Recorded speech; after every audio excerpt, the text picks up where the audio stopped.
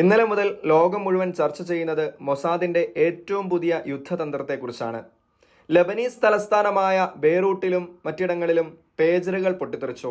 നമുക്കറിയാവുന്നതുപോലെ പേജറുകൾ എന്നത് ലോകത്തെല്ലായിടത്തും ഉപയോഗത്തിലുള്ള സംവിധാനമല്ല.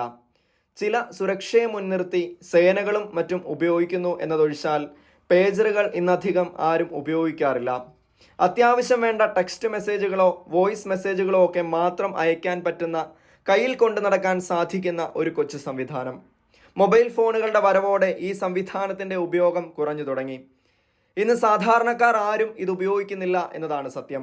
ഈ പേജറുകൾ ഇസ്രയേൽ സേനയും മൊസാദും ചേർന്ന് ബോംബാക്കി മാറ്റുന്നു.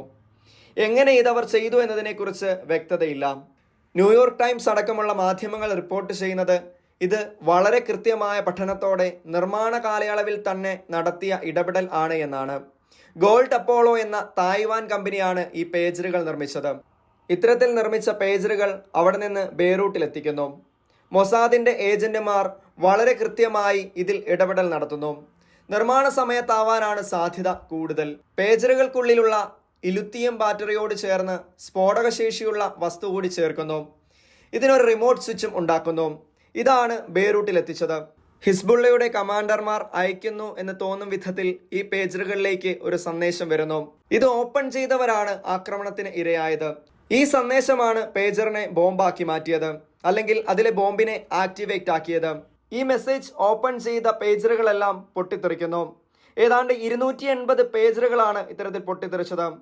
അതീവ സുരക്ഷിതം എന്ന് തോന്നിയത് കൊണ്ടാണ്, ഹാക്ക് ചെയ്യപ്പെടില്ല എന്ന് ഉറപ്പുള്ളത് കൊണ്ടാണ് പേജറുകൾ അവർ ഉപയോഗിച്ചത്.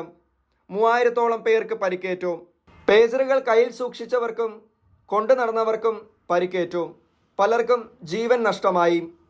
പലരും പോക്കറ്റുകളിലാണ് ഇത് സൂക്ഷിച്ചിരുന്നത്. അവർക്കൊക്കെ ജീവന് ഭീഷണിയായി.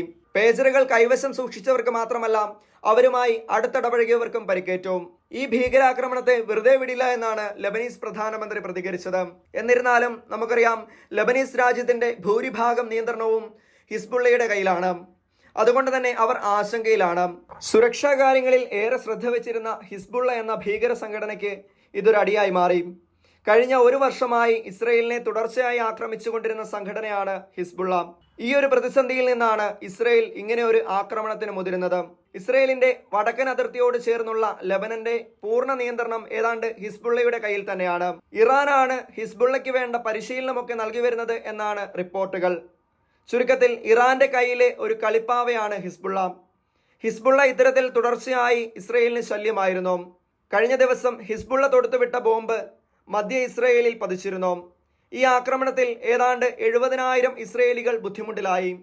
അവർക്ക് അതിർത്തി പ്രദേശങ്ങളിൽ നിന്ന് മാറി പാർക്കേണ്ടി വന്നു. ഇതിന്റെ തിരിച്ചടിയായിരിക്കാം ഇപ്പോഴുണ്ടായത്. പേജറുകൾ പൊട്ടിത്തെറിച്ച സംഭവത്തിൽ പല ചർച്ചകളും ഉയരുന്നുണ്ട്.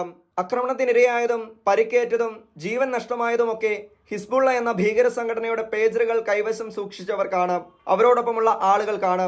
അതിൽ പല പ്രായക്കാരും ഉൾപ്പെടുന്നു.